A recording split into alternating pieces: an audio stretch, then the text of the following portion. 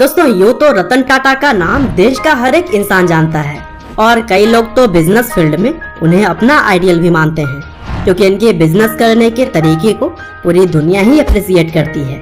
और दोस्तों रतन टाटा के बारे में ऐसी बहुत सी बातें हैं जो कि अनकहे राज की तरह हैं। और आज के इस वीडियो में भी हम उन्हीं की कुछ इंटरेस्टिंग फैक्ट्स आपके साथ शेयर करेंगे, जिसके बारे में शायद ही आपको पता होगा। तो दोस्तों सबसे पहले हम आपको यह बता दें कि रतन टाटा टाटा ग्रुप्स के फाउंडर जमशेदजी टाटा के ग्रेट ग्रैंडसन हैं। हालांकि यह बात जितनी सीधी दिखाई देती है उतनी है नहीं, क्योंकि रतन टाटा के जो पिताजी थे उनका नाम नवल टाटा था और माँ का नाम सोनी टाटा। और रतन टाटा के पिताजी यानी कि नवल टाटा को टाटा ग्रुप्स के फाउंडर जमशेदजी टाटा के बेटे रतन जी टाटा और बहू नवाज बाई ने एक अनाथालय से अडॉप्ट किया था। हालांकि रतन टाटा जब 10 साल के थे तब उनके माता पिता अलग हो गए, जिसके बाद उनकी ग्रैंड मदर यानी कि नवाज बाई ने ही उनका पालन पोषण किया। और दोस्तों अगर हम रतन टाटा जी के एजुकेशन की बात करें तो उन्होंने न्यूयॉर्क के कॉर्नेल यूनिवर्सिटी से अपने आर्किटेक्ट की डिग्री ली और इसी वजह से उन्होंने आर्किटेक्ट बनने के लिए प्रैक्टिस करनी भी शुरू कर दी थी। हालांकि किस्मत को तो कुछ और ही मंजूर था, क्योंकि समय बीतने के साथ उन्होंने अपने इस सपने को ड्रॉप करके फैमिली बिजनेस ज्वाइन करना ही सही समझा। हालांकि इस बीच उन्हें IBM कंपनी से जॉब का भी ऑफर आया, लेकिन उसे उन्होंने ठुकरा दिया था। और फिर यह ऑफर ठुकराने के बाद रतन टाटा ने अपनी पहली जॉब 1961 में टाटा स्टील में की, जहां पर वह ब्लास्टर फर्नेस और लाइमस्टोन पत्थरों की सप्लाई को मैनेज किया करते थे।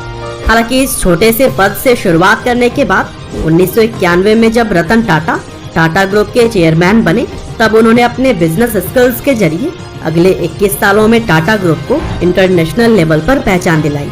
और दोस्तों टाटा ग्रुप के अंदर रतन टाटा के योगदान का अंदाजा आप ऐसे लगा सकते हैं कि उनके नेतृत्व में टाटा ग्रुप ने 40 गुना तक ग्रोथ किया। और रही बात फायदे की, तो यहाँ भी उस समय के हिसाब से फायदा 50 गुना तक बढ़ चुका था।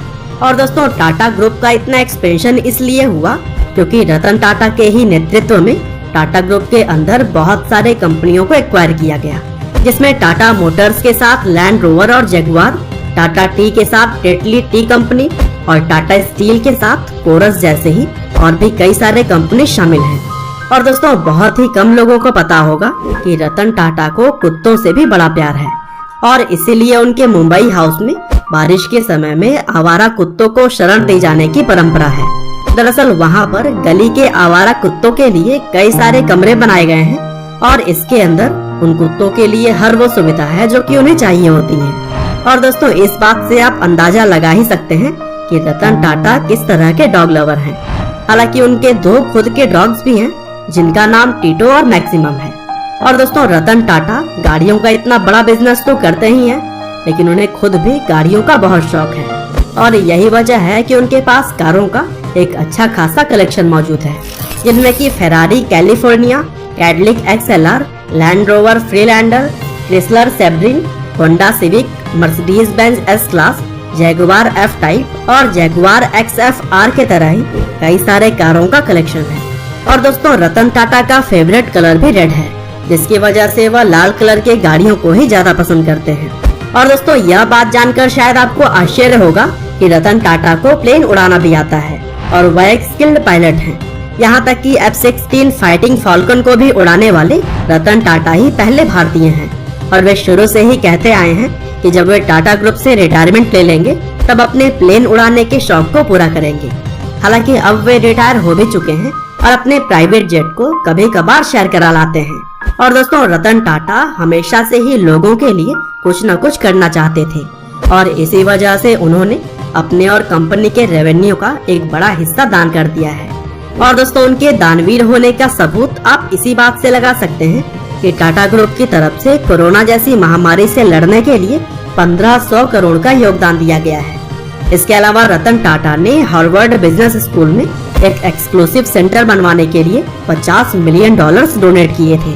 दरअसल 1975 में उन्होंने 7 हफ्ते का एडवांस मैनेजमेंट प्रोग्राम यहाँ से किया था। और दोस्तों हार्वर्ड बिजनेस स्कूल में रतन टाटा के नाम पर एक हॉल का भी नाम पड़ा हुआ है। और दोस्तों इन सब के अलावा रतन टाटा का यह भी सपना था कि हर मिडिल क्लास फैमिली के घर पर एक कार हो और इसी वजह से उनकी कंपनी टाटा मोटर्स ने नैनो कार को डिजाइन किया, जिसकी शुरुआत में कीमत तो 1 लाख रखी गई थी ताकि मिडिल क्लास इंसान इस कार को अफोर्ड कर सके। हालांकि शुरुआती समय में इस कार में काफी सारे फॉल्ट्स थे, जिसकी वजह से इस कार के कमियों को पूरा करके इसे दोबारा से डेवलप किया गया। हालांकि कमियों को सुधारने में इस कार की प्राइस करीब 2 गुनी हो गई, लेकिन साथ ही इसकी एफिशिएंसी भी अच्छी हो चुकी है। तो दोस्तों, यह थी रतन टाटा से जुड़ी हुई कुछ इंटरेस्टिंग बातें। उम्मीद है कि आपको यह वीडियो जरूर ही पसंद आई होगी और इसी तरह के वीडियोस को लगातार देखने के लिए कृपया लाइव हिंदी को सब्सक्राइब करिए, साथ ही बेल आइकन को भी दबाना ना भूलिएगा। आपका बहुमूल्य समय देने के लिए बहुत बहुत धन्यवाद।